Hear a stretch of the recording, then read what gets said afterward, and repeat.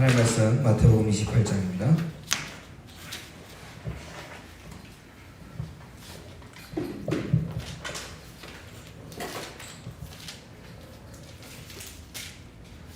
마태복음 28장 18절에서 20절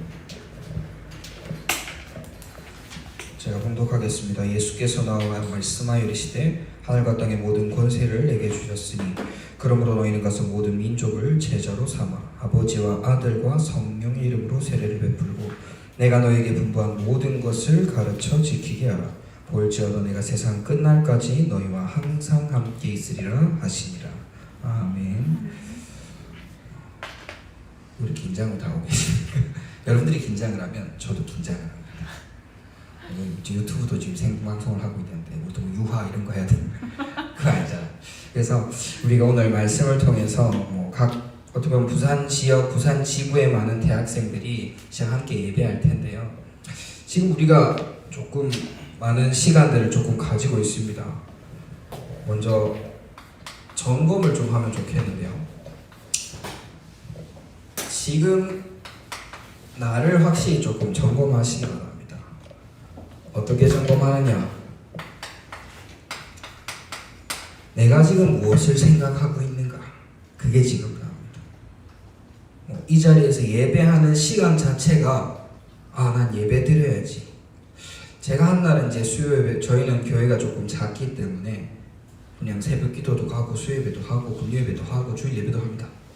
지금 상황에도 물론 식사는 안 하지만 이제 일부 예배 드리고 각자 현장에서 또 방송으로 예배 드리고 이렇게 하는데 어느 날 이제 딱 처음에 그 코로나 사태가 일어나고 랩런트 예배를 못 드리고 한 2주가 딱 지나고 나니까요. 뭔가 좀 답답하더라고요. 근데 수요 예배 때 이제 예배 전에 찬송을 막 하는데 너무 이제 가슴이 아프고 눈물이 나는 겁니다. 그날따라 이제 또 내가 이제 사회를 봐야 되는데 예배 전 한 30분 찬송하는 동안 제일 뒤에 서가지고 찬송하다가 막 계속 운 거예요. 왜 그러냐니까 그래 하나님을 이렇게 소리 높여 찬양하는 수 없는 시대가 점점 다가오고 있구나. 랩런트들이 이 기쁨과 마음에 대해서 발견하지 못하면요, 이게 점점 익숙해지기 시작하면 거기에 머물러 버린다니까. 찬송 안 해도 영상으로 메시지 들어도 예배 되는구나. 잘 보세요. 혼자 기도 수첩하면서 영상 보고 하던 그것이요, 나의 예배가 되기 시작하잖아요. 그러면 어느 날 하나님 앞에 찬송하고 하나님 앞에 모이는 그것이요, 불편해져 버린다니까. 혼자 예배하는 게 더 편해지. 이게 무슨 말인지 빨리 이해하셔야 됩니다. 지금 이상하다는 거, 이제 그렇게 방송으로 예배하면 안 된다는 말이 아니라 지금 하고 있는 이것이 당연한 것이 아닌 것을 빨리 가지셔야 돼요. 그럼 또 뭡니까? 요즘에 교회 가지 못하고 있는 이 상황에 대해서 나는 지금 어떻게 인식을 하고 있는지 빨리 캐치하셔야 돼요. 지금 뉴스에도 좀 보니까 고려대학교인가 연세대학교인가 막 인터뷰 학생들 하더라고요. 이번 학기에 개학을 하느냐, 학교를 가는 게 좋겠냐, 아니면 영상으로 계속 사이버 강의를 하는 게 좋겠냐, 인터뷰를 막 하는데 어떤 친구는 학비 때문에라도 학교를 가야 될 것 같다. 어떤 친구는 그냥 이번 학기는 그냥 이대로 영상으로 하는 게 좋다. 막 각자 말하는 소리가 다르더라고요. 다 전국적으로 다 그렇겠죠, 대학생들이. 그런데 이것이 이 문화가 흐르고 흘러서요, 나중에는 어디까지 나의 예배, 나의 영적인 비밀까지요, 여기에 딱 머물러 버리면 속기 시작합니다. 혼자 예배 드리니까 예배라고 착각할 수도 있습니다. 물론 예배가 아니라는 말은 아닌데요. 이것만으로도 충분하구나. 어쩔 수 없는 사명과 시간표 때문에 그러한 현장 가운데 있는 사람들도 분명히 있습니다. 하지만 지금 이게 뭔가 당연시되어지고 랩런트들한테 예배 안 드리고 찬양 틀어놓고 있다가 메시지 한다, 메시지 적고 이게 익숙해져 버리면요, 큰일 난다니까. 혼자서 집에서 예배하니까 조용히 찬양해야지 소리 높여 찬양하는 게 뭔가 점점 부끄러워지기 시작하면요, 이게 나와 하나님과의 관계에 정말 문제 생긴다니까. 그래서 여러분들이 지금 요걸 통해서 나의 정체성을 빨리 점검하세요. 나의 정체성. 렘넌트 하나님 자녀 다 아는데요. 지금 여러분들이 생각하고 있는 것, 인식하고 있는 것이 나의 정체성입니다. 그래서 오늘은 뭐 많은 메시지의 방향은 다 전도자 목사님 통해서 방향을 다 주시기 때문에 저는 아주 근본적인 거. 그렇기 때문에 여러분들은 근본 점검의 시간을 가져라. 오늘 마태복음 28장 18절에서 18절에서 20절. 첫 번째가 복음하고 나하고의 관계를 점검하시기 바랍니다. 복음하고 나하고의 관계. 오늘 말씀에서 뭐라고 했습니까? 마태복음 28절 20절에 항상 함께하고 우리가 함께하는 것이 복음입니다. 그럼 무엇이 함께하느냐? 마태복음 16장 16절. 시몬 베드로가 대답하여 이르되 주는 그리스도시요 살아계신 하나님의 아들이십니다. 이것이 여러분들의 고백으로 지식으로 머물러 있지 마시고요.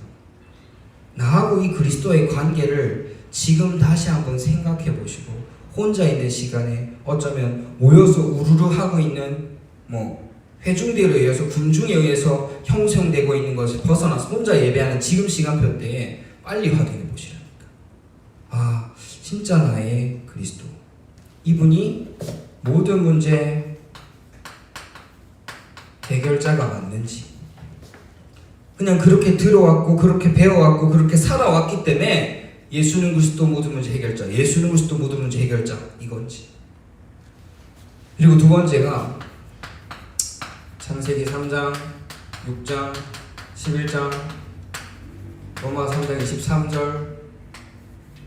그 다음에 요한복음 8장 44절. 이것이 여러분들한테 진짜 문제가 맞는지를 빨리 확인하셔야 돼요. 하나님을 떠난 것이 문제가 맞습니까? 하나님을 떠나서 하나님의 언약을 잃어버린 것이 여러분들한테 문제가 맞습니까? 처음 사람한테 하나님 언약을 맺었죠. 무엇을? 동산 중앙에 있는 선악을 알게 하는 열매의 실과는 먹지 마라. 먹는 너희가 정령 죽으리라. 그것만 안 먹으면 너희가 이 땅의 모든 것을 정복하고 다스릴 수 있는 권세가 얻게 된다고 했습니다.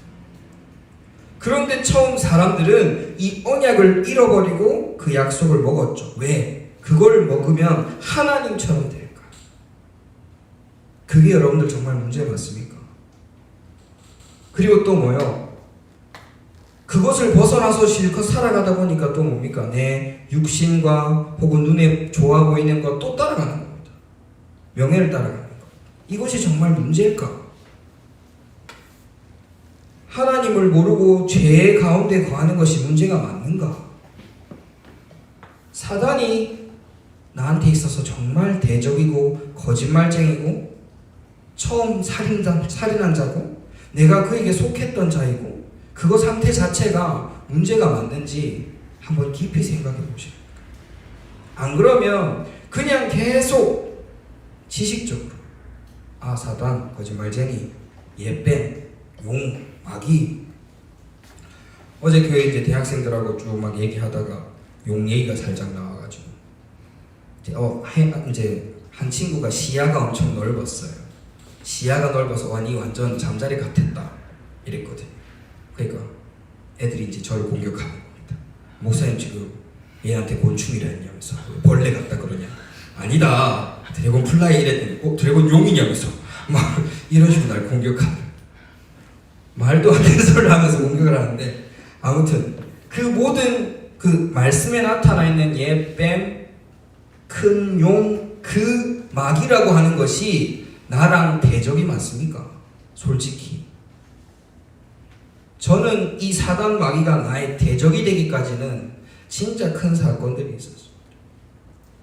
하나님께서 허락하신 그 영혼들을 잃어버리고 혹은 하나님이 붙여주신 렘넌트를 진짜 끝까지 섬기지 못했을 때 그제서야 알게 돼요. 사단은 끝까지 속인다. 사단은 끝까지 괴계를 가지고 연약한 자를 속인다. 괴계가 뭔지 아십니까? 그럴듯한 말로 한다니까요. 제가 몇 번 얘기한 예 중에 하나가 이제 어떤 형님, 전도사님 시절에 어떤 형님이 본인이 이제 무당촌을 갔는데 그 입구에 있는 할머니가 그분을 보고 그 얘기했다니까요. 십자가가 희미하다. 그 형님 놀래가지고 그 입구에 갔다가 그 말 듣고 상처받고 돌아와가지고 포럼하는 겁니다. 내가 무당촌을 갔는데 십자가가 희미하다더라. 우리가 막 웃었거든요. 웃지 마라. 난 진지하다 없어. 내 십자가가 왜 희미할까? 형님 속은 거라고. 뭐가? 십자가는 있거나 없거나다. 희미하고 선명은 중요하지 않다. 십자가가 쫓겨나고 커다란 건 중요하지 않다. 내 안에 그리스도가 있으면 십자가 있고 내 안에 그리스도 없으면 없는 거 아니냐. 왜 희미하다 그 한마디로 속냐. 있단 말 아니냐. 그럼 감사하다고 복음 전하면 되지. 그분은 지금 목사님 되셔서 사역을 잘하고 계십니다. 그것처럼 사단의 괴계가요 이렇습니다. 정말 그럴듯하죠. 누가 나한테 네가 믿음이 부족하구나 이 말 한마디 억수로 신경 쓰인다니까. 맞다니까요. 근데 말씀에 겨자씨만한 믿음만 있어도 충분하답니다. 속지 마시길 소원합니다. 그리고 진짜 이게 나의 문제가 되는지. 세 번째가 오직 주인으로 계신지도 빨리 확인하셔야 됩니다. 요한복음 2장에 나오죠. 가나 혼인잔치에서 예수님께서 손님으로 갔을 때 문제가 발생했는데 그것을 보고 예수의 어머니가 예수님한테 얘기합니다. 뭐라고요? 예수님 문제가 생겼다. 좀 도와줘라니까. 그때 예수님 말하죠. 그게 나하고 무슨 상관인데? 그제서야 예수의 어머니가 종들에게 얘기합니다. 주께 나아가 그가 시키는 대로 행하라. 그때 예수님 말씀하시죠. 항아리에 물을 받고 그 물을 떠서 손님들에게 나눠주라. 그때 그게 포도주가 되죠. 그것처럼 여러분들과 함께하고 있는 예수 그리스도가요. 아무리 감사하고 나의 구원자 되시고 너무 소중하고 없으면 안 되고 너무 필요한데 나의 주인이 아니라면 역사할 수 없습니다. 내 안에 주인으로 그리스도가 항상 날마다 인식되시고 누리시길 소원합니다. 그리고 두 번째가 복음의 기본을 좀 점검하시기 바랍니다. 똑같은 말이죠. 그리스도 3직.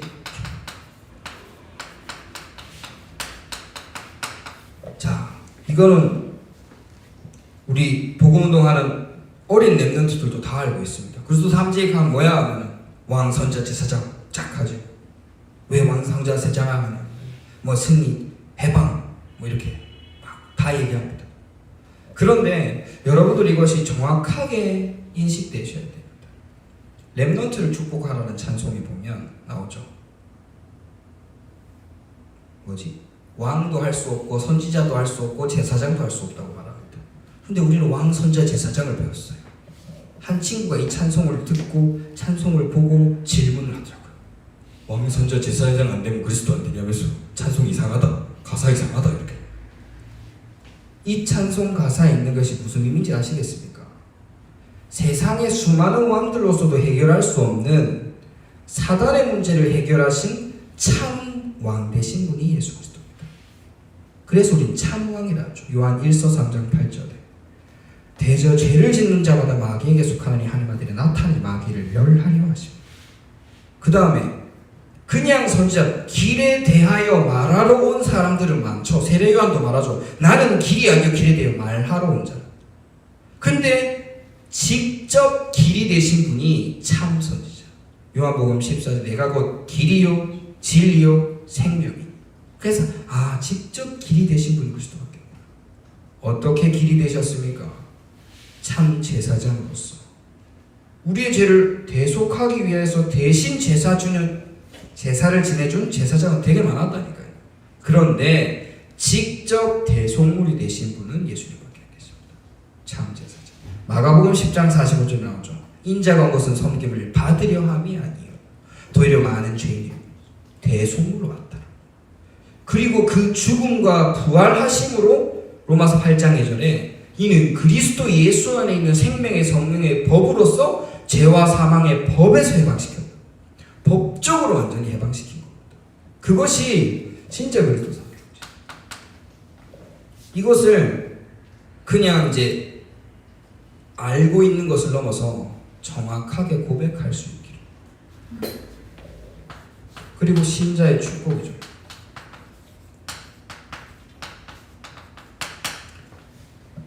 너무 잘 알고 있죠. 1번 뭡니까? 자녀. 자녀하면 처음에 바로 외우는 게 뭡니까? 요한복음 1장 12절 나오죠. 영접하는 자고 그 이름 인자 하나님 자녀 되면 엄청 잘 배워요. 얼마나 똑똑한지. 그리고 하나님 자녀 되면 뭔데요? 그게 무슨 말이냐? 로마서 8장 15절에서 16절의 말입니다. 이제는 다시는 뭐가 아니라고요? 무서워하는 종의 영을 받지 아니라 양자의 영을 받았나니 아빠 아버지라고 부르고 이것에 대해서 누가? 성령께서 증언해 주신답니다. 그게 자녀된 축복. 나중에 천사에 대해서 말하겠지만 히브리서 1장 14절에 양자의 영을 받은 자를 섬기려고 보낸 존재가 천사. 말씀을 통해서 말씀의 증거가 계속 나타나는 거죠. 이것들을 알고 있었는데 넘어서서요 하나씩 정리하셔야 돼요. 쭉쭉. 그리고 두 번째, 함께 있는 거죠. 그냥 있는 것이 아니라 그냥 하나님 자녀 된 것 끝이 아니라 계속 함께 있는 겁니다. 마태복음 28장 20절인 것처럼. 그리고 우리의 기도에 응답하죠. 요한복음 15장 16절에 너희가 나를 택한 것이 아니라 내가 너희를 택하여 세웠다. 이는 너네로 열매를 맺고 무엇이 내 이름 구하며 응답하려고 나를 불렀다고 하셨습니다. 여러분들을 부르시니까 하나님이시고 그 영세전부터 우리를 작정하셨고 그걸 넘어서 열매도 맺고 예수 이름으로 기도할 때 응답하려고 지금 나를 부르셨음을 믿으시고 확신을 가지시길 소원합니다. 네 번째가 이제 우리 원수인 사단 이길 권세 주신 거죠. 누가복음 10장 17절에서 20절에 보면 70인 제자들이 말합니다. 예수님의 이름으로 명령하였더니 악한 귀신이 떠나갔습니다. 엄청 좋아하거든요. 그때 예수님이 얘기하죠. 맞다. 뱀과 정갈도 밟고 네 모든 원수의 능력을 제할 권능을 내가 너희한테 줬다. 그런데 너네는 이것으로 기뻐하지 마라. 너네가 예수 이름으로 맹했을 때 귀신 떠나가는 기뻐하지 말고 너네의 이름이 생명체에 기록된 거 그것 때문에 기뻐하라. 여러분들 현장에서 수만 가지 일들이 있습니다. 소금을 맞을 때도 있고 외면을 당할 때도 있고 울면서 영접하는 사람과의 만남이 있을 수 있다니까요. 흑암이 떠나가는 걸 볼 수가 있다니까요. 그런데 그것 때문에 놀라워하거나 기뻐하지 마시고 혹은 그것 때문에 낙심하거나 당황하지 마시고 진짜 내가 하나님의 자녀와 함께하는 것 그것만으로 충분하시길 소원합니다. 그리고 아까 말했죠. 천사. 사실 말씀이 더 많이 있지만 조금 계속 줄이겠습니다. 계시록 8장 3절에서 5절 대표적인 것만. 천사는 어떤 존재다? 우리를 섬기려고 보내진 존재고 그 대표적인 일이 뭡니까? 요한계시록에 나타난 것처럼 우리의 기도를 하나님께 갖고 가는 거라니까요. 하나님께 갖고 올라가서 향로에 놓고 심지어 하나님이 그 기도의 응답을 천사를 통해서 허락하신댔습니다. 근데 그 순간이 기도한 즉시 받은 축복이다. 말씀을 쭉 읽어보면 기도하는 때 어떤 마음으로 기도해야 되느냐라고 그것까지 나옵니다. 기도는 뭐까지? 산까지 옮긴다고 되어 있거든요. 그렇기 때문에 너희는 뭐 하지 마라? 의심하지 말라. 요한복음 14장 14절에 무엇이든지 내 이름으로 구하면 내가 시행하겠고 하셨던 것처럼 내가 기도했으니까 열심히 해야지. 이것도 사실은 소원인 겁니다. 기도하고 그냥 당연히 나아가시면 됩니다. 기도한 건 하나님이 응답하실 거기 때문에. 그러한 정리가 기본적으로 되시고 여섯 번째가 배경, 천국 시민권이죠. 일곱 번째가 이제 증인으로 선. 말씀 다 알 거라서 안 쓰겠습니다. 사도행전 1장 8절, 빌립보 3장 20절 알 거라서 안 쓰겠는데, 이것이 뻔히 아는 신자 일곱 가지 축복 말고요. 여러분들이 꼭 한번 다시 들을 수 있는지 모르겠는데, 이번 대학 수련회 때 2020년 대학 수련회 개강 메시지 때 강태영 목사님 구원 얘기를 하신 게 있어요. 가능한 그때 걸 들어보세요. 제가 완전 초창기 강태영 목사님 메시지부터 지금까지 나온 걸 다 적어봤거든요. 점점 최신화가 되어가요. 여러분 똑같다고 속고 있지만 점점 최신화가 돼요. 항상 기억하고 외우는 게 거의 양요증만 자꾸 잘 외우는데, 그거 말고 업데이트 계속돼요. 메시지 흐름에 맞춰서. 그래. 불신자 상태도 쭉 보면 한 7가지 적어놓으셨거든요. 딱 6가지 한 7가지 적어놨어요. 근데 거기에 또 당황 6가지였는데 이러지 마시고 그 말씀 하나하나를 다 찾아보시고 이런 시기에 이런 기회에 꼭 정리하시기 바랍니다. 그리고 기본 중에 기본, 신앙 발판.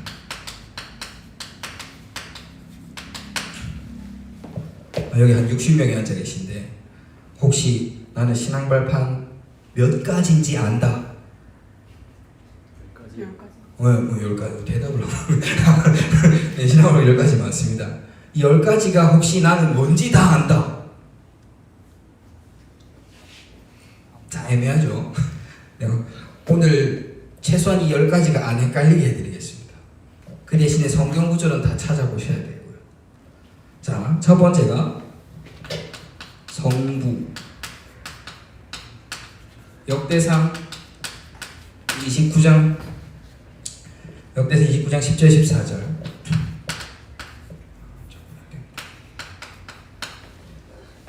성부, 하나님 아버지라는 뜻이죠. 하나님의 절대 주권을 말합니다. 하나님께서 계시긴, 하나님께서 나의 안고 일어선도 알고 하나님이 다 허락하셨다. 하나님 나를 움직이로도 세울 수도 있고 왕으로도 세울 수도 있고. 다윗의 고백이거든요. 어디 있든 상관없다. 왜? 하나님 주권 아니기 때문에. 무슨 일이 일어나도 응답. 그럼 지금 이 코로나는 사단의 저주일까요? 하나님이 허락하신 일일까요? 하나님이 행하신 일입니다. 왜요? 지금 우리가 이 시대를 살아가고 있으니까요. 분명하게 보셔야 됩니다. 속지 마시고. 하나님의 절대 주권. 그리고 두 번째, 성자. 에베소서 1장 3절에서 14절. 찬송하라. 신령한, 그러니까 창조주 나의 하나님 찬송 가사가 에베소서 1장 이 부분에 대해서 쭉 딴 거거든요. 진짜 신령한 복으로 예수 그리스도를 쭉쭉쭉쭉쭉쭉 응답하시고. 그래, 하나님의 방법은 다른 거 아니고 오직 예수께서 그리스도 되신 방법이고. 그 다음 하나님의 역사, 성령입니다. 사도행전 1장 8절. 오직 성령이 너에게 임하시면 너희가 권능을 받고. 일단 성부, 성자, 성령 이 세 가지는 바로 나오죠. 절대 헷갈릴 수 없어요. 절대 주권, 하나님의 방법, 하나님의 역사. 그러면 이 세 가지가 기록된 곳이 어딜까요? 성경입니다. 히브리서 4장 12절. 하나님의 말씀은 살았고 활력이 있어 좌우든 날선 검보다도 예리해서 영과 혼과 관절과 골수를 찔러 쪼개기까지 하며 나의 생각과 뜻을 다 판단하게 하신답니다. 기도하시면 말씀에 기준되어 있으면 하나님과 동행하는 판단과 선택과 인도 속에 있을 줄 믿습니다. 이 말씀을 누구에게 주셨습니까? 하나님의 성전된 나에게. 고린도전서 3장 16절이죠. 자, 일단 5가지 끝나버렸어요. 안 헷갈리죠? 하나님, 예수님, 성령님, 이 기록된 말씀 성경책, 그리고 하나님의 성전된 나에게 이것을 허락하신 겁니다. 요 5가지. 그러면 나머지 5가지는 뭐냐면 이 성전된 내가 겪게 되는 부분에 대한 5가지 기본. 뭐죠? 선교지. 사도행전 16장에 모든 현장은 선교지인 겁니다. 왜요? 나를 어디로? 선교지로 보내셨으니까. 전도자 바울이 전도를 한창 하다가 아시아로 가려고 하는데 문이 막히죠. 근데 하나님한테 기도합니다. 기도할 때에 문이 열린 그 현장으로 나아가게 됩니다. 만약에 우리가 우리의 선택과 의로 여러분들이 원하는 전공과 대학을 선택해서 갈 수도 있었겠지만 하나님이 문을 막으시면 못 갑니다. 난 여기 안 올라와 그랬는데 여기 왔다. 전 부경대학교 공대를 졸업했거든요. 4년을 졸업하고 지금 RTS를 3년 졸업하고 지금 목사가 되겠지만 그 당시에는 전 생명과학과를 하려고 했어요. 경북대학교 생명과학과 황우석 박사가 계신 그 전공. 그 당시 한창 복제형 돌리가 나올 때 막 줄기세포 할 때 이야 그때 제가 생물은 1등급이었거든. 원투. 그래가지고 이거 끝났다. 난 이거 다 한다. 무조건 할 수 있다. 근데 문을 닫더라고요. 그래서 부경대로 왔어요. 전 전공 2개밖에 신청도 2개밖에 안 했거든. 실컷 입금을 다 했어. 등록금을 입금하고 나니까 그때 또 집에 돈이 없어 학자금 대출 받아서 했네. 했고 나니까 갑자기 경북대에서 연락이 왔어. 추가 합격했다. 진짜 딱 이래 전화 받고. 근데 전화 받고는 그 당시에는 왜 그랬지 모르겠지만 다음날 입금을 하래요. 내일까지. 학비를 어떻게 내일까지 입금을 해요? 지금 이것도 학자금 대출 받아서 했는데. 그리고 네 알겠습니다 하고 안 갔죠. 못 갔죠. 근데 이 부산으로 온 것은 하나님의 정확한 계획이었습니다. 이 부산으로 와서 선교가 전도학교 많은 전도자들을 만나고 그리고 물론 방황도 많이 했지만 그 현장 가운데서 군대를 갔다 와서 복학하고 또 대학과 복음 안에 있는 시스템을 다 체험하고 나를 하나님이 부르셨구나, 나를 전도자로 부르셨구나 하는 걸 체험하는 시간들이거든요. 그래서 여러분들이 있는 그 모든 현장에 하나님이 작정하고 보내신 뭐다? 선교지. 그럼 나를 선교지로 보내셨어. 그러고 나서 그냥 내비두는 것이 아니라 시편 139편입니다. 시편 139편을 보면 앉고 일어서고 눕고 하는 걸 다 아시는 다윗의 시거든요. 심지어 나중에 뭐 하냐면요, 하나님께서 나의 내장까지 창조하셨다고 고백합니다. 쭉 읽어보면 말도 안 된다. 내장까지. 이 고백을 기도로 할 수 있는 게 너무 웃긴 거예요. 너무 신기한 거예요. 여러분들의 생사화복을 주관하신다. 살고 죽고 화나고 기쁘고 좋고 나쁜 걸 싹 다 하나님 주관하시고 인도하고 계신 것을 발견하시길 소원합니다. 요것이 발판이 됩니다. 그리고 뭡니까? 나를 선교지에 보내셔서 인도하시는 나야. 근데 나는 결국 뭐합니까? 한번 죽는 것은 정해진 이치요 그 이후에는 심판이 있으라 말씀해. 결국 한 번뿐인 시한부 인생을 가지게 되죠. 안 불편하시죠? 지금까지 성전 나에게 하나님이 나와 함께 하시는 나를 보내신 곳이 선교지. 나를 보내시고 인도하시는 그 현장에서. 근데 나는 육체를 가졌기 때문에 결국 한 번은 죽는다니까. 그 다음 뭡니까? 죽은 나는 결국 영원한 어디에? 내세에 가게 되죠. 누가복음 16장 19절에서 30절. 이 영원한 천국과 지옥의 비밀에 대해서 여러분들은 믿기를 바랍니다. 물론 아무도 못 보셨겠지만 저도 못 봤습니다. 천국을 봤거나 지옥을 봤거나, 물론 수만 가지 영화가 막 나와요. 천국에 다녀온 아이라는 영화부터 시작해서 뭐 저도 영화를 좀 좋아하기 때문에 그런 류의 영화들 한참 찾고 막 보고 했는데,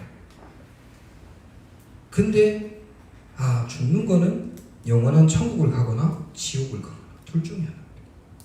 그러면 다시 뭐 환생을 해가지고 내가 죽었다 천국 갔다 다시 환생했다, 다 그런 말이 없거든요. 하나님의 말씀 환생을 한다 이런 말. 나중에 예수님 재림하셔서 이유는 모르겠지만 뭐죠? 전도자의 상급이죠. 마태복음 10장 40절 42절. 냉수 한 그릇이라도 상을 잃지 않는 전도자의 상급. 근데 여러분들 하나님 앞에 전도와 선교에 대해서 헌신하고 계십니다. 예배하는 것이 기쁨과 축복이 되시길 바랍니다.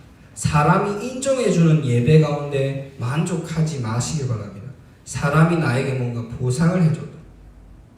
그 말씀에 나와 있거든요. 누군가에게 인정받고 누군가에게 축복받아버리면 하늘의 상급이 끊긴다고. 이미 다 대가를 다 받았으니까 끝났다.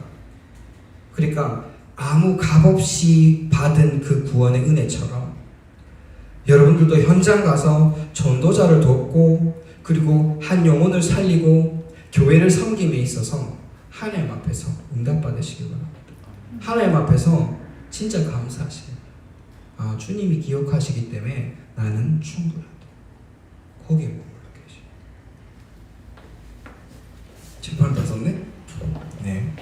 원래 3번은 뭐냐면 사명 점검입니다. 사명 점검.